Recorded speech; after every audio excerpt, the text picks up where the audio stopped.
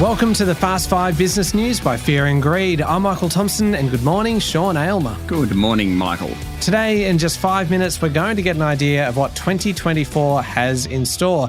In particular, kind of how society has changed now that the pandemic is, well, hopefully, well behind us. Yes, hopefully. Lockdowns and masks and the like might be in the past, but they've certainly left their mark, affecting the way we work, the way we interact with others, and our mental health. Demographer Mark McCrindle is the principal of McCrindle and an advisor to boards and committees across Australia. Mark, let's start with the office. Is hybrid work here for good, or will the bosses want us back in the office?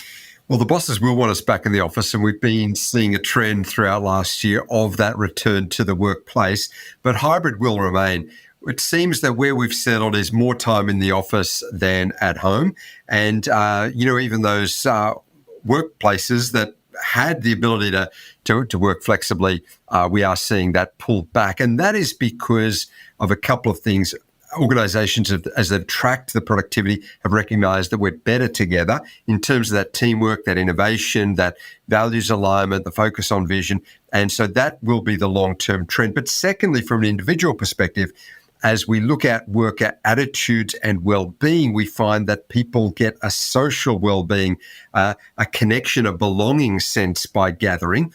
And so even though we might, if left to our own devices, work fully from home forever, it seems that it's best for the organisation and the individual if we can still gather at some points through the week. Okay, so let's talk about the individual. What about their health? And I suppose I'm heading towards mental health. What have we found out during the pandemic about working from home and the need to be in the office and things like that? Well, look, certainly mental health has been quite a focus because things have been challenged since the pandemic. In fact, the mental health challenge has been called the silent pandemic because we've seen issues emerge over the last couple of years.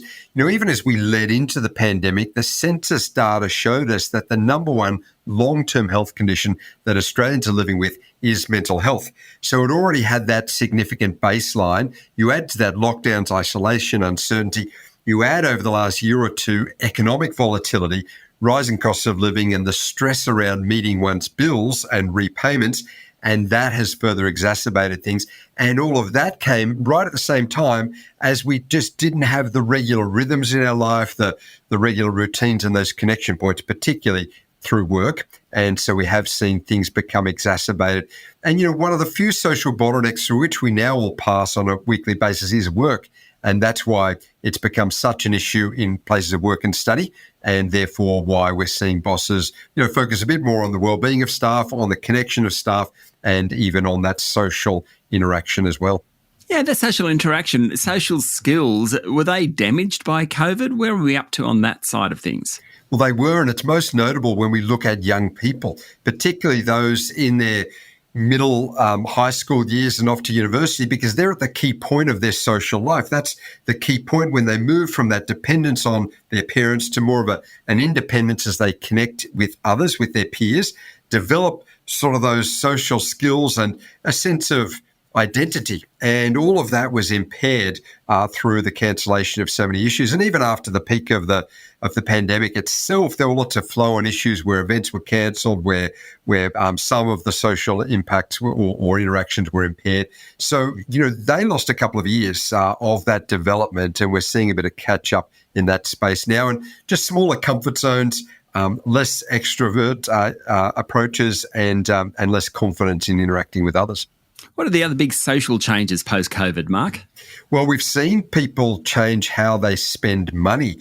We've seen the lipstick indicator or index rise back up the ranks here, where people have had on the back of sort of a health challenge, then a financial challenge, and saying, well, I can't cut a break here, but the spending on small luxuries has emerged. Australians haven't cut to the bone with their spend and their household economics. They are still wanting to enjoy the journey. A bit of lifestyle is there, but they're just trading down brands. They maybe, instead of the overseas trip, going more locally, and instead of the big home renovation, they're looking after themselves with some facials or extra sort of care, maybe some smaller spends around the place in fashion and retail as well. So that's how that economic side has played out in the last year. Mark, thanks for talking to Fear and Greed Summer. Thanks, Sean.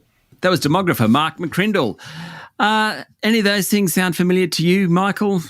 Antisocial, for example? Yeah, it feels like you're aiming the antisocial comments towards me. But yes, I was just kind of shuddering to myself at the thought of going back into the office. So yes, it all kind of hit home. There's plenty more, actually, I think we should be covering with Mark. I reckon we might have to do a part 2 on this one, Sean. I reckon that's a good idea. All right, that's it for today. Make sure you hit follow on the podcast. A new episode every day and regular business news from January 15. I'm Michael Thompson, and that was the Fast 5 Business News by Fear and Greed.